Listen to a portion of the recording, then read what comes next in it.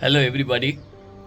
In the current affairs this week, I wanted to first and foremost cover the real estate crisis in China.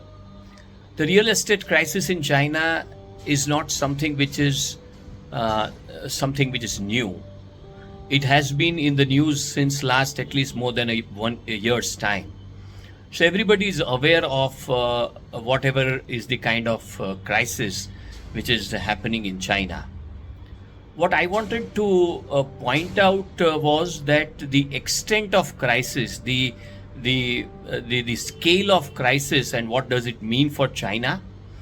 And last but not the least, in regard to that, was what should be the lessons insofar as India is concerned. So, as far as the extent and the scale of the crisis is concerned, in China, 25% of their economy is dependent upon the real estate development in that country. So, it is a huge, large, big sector of the economy. So, anything which is going wrong in respect of the real estate sector means a lot for China.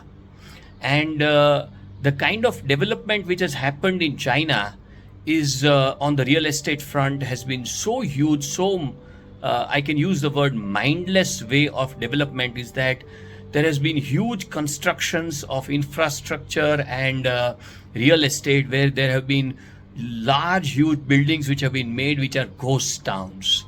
There are no occupiers, but houses have been constructed, bought, sold, and people thought that investing into real estate makes great sense. So people in China invested, rather than into stocks and bonds, they invested in a very big way into real estate. People bought 1, 2, 3, 4, 5 houses, and they thought that they're going to make a lot of money in investing into real estate in China.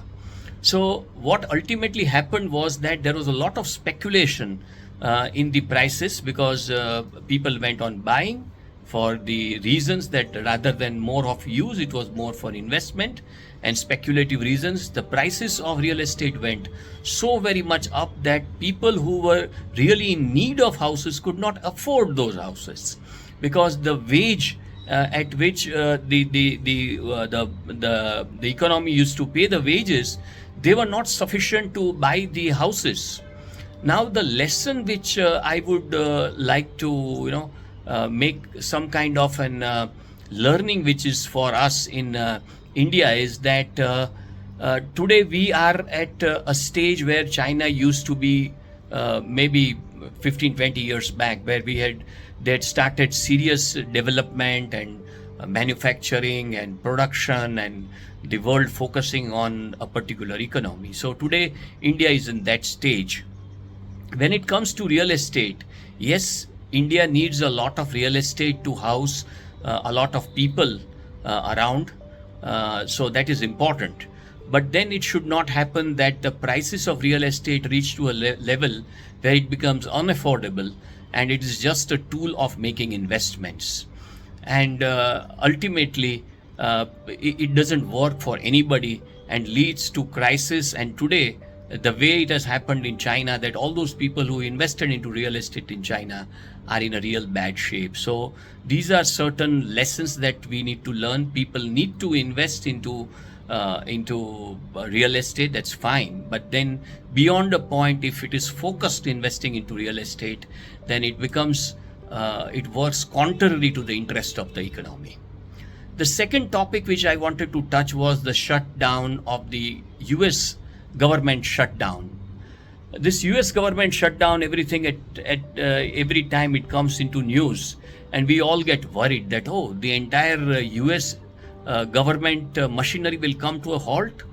But the fact of the matter is that in last 40 years there have been 14 such shutdowns, and all these 14 times, one was the longest one, which was for 35 days. So this shutdown means that the Congress doesn't allow the expenses to be made by the government unless those bills for expenses or the budgets are approved, then you can't make payments in respect of those expenses. Though these expenses are very important, maybe expenses for defense, expenses for all kinds of federal government employees, aid, then the entire infrastructure which is taken care of, which is health and everything which is taken care of by the federal government. All those things come to a halt. But as I said, this has not happened for the first time. Unfortunately, this year it is a little out of scale, because last year US had a deficit of $1 trillion, and this year they have a budgetary deficit of $2 trillion, which is doubled. So this is primarily on account of the interest payments which it was supposed to make on account of the rising interest rates. The third and the last thing which I wanted to cover was that we are all very happy that manufacturing is coming back to India, and big multinational corporations are setting up their factories of manufacturing, and India is becoming a part of the major supply chain of those companies. The prime multinational which the world looks upon is Apple. So in case of Apple, the fact of the matter is that their cost of production when they produce anything in India is at least 7 to 8% more when they manufacture in India, but it's just out of the China plus one strategy that they are manufacturing it in India. The another thing which is also important is that their taxes which they are supposed to bear on account of manufacturing in India is also up or is more by 7 to 8%. So these are the factors which we need to see that they are in place, because today China plus one is the strategy, but then for a perpetual time this might not be something where manufacturers would be comfortable with. So India needs to be more and more efficient in its manufacturing and its cost structure. Thank you.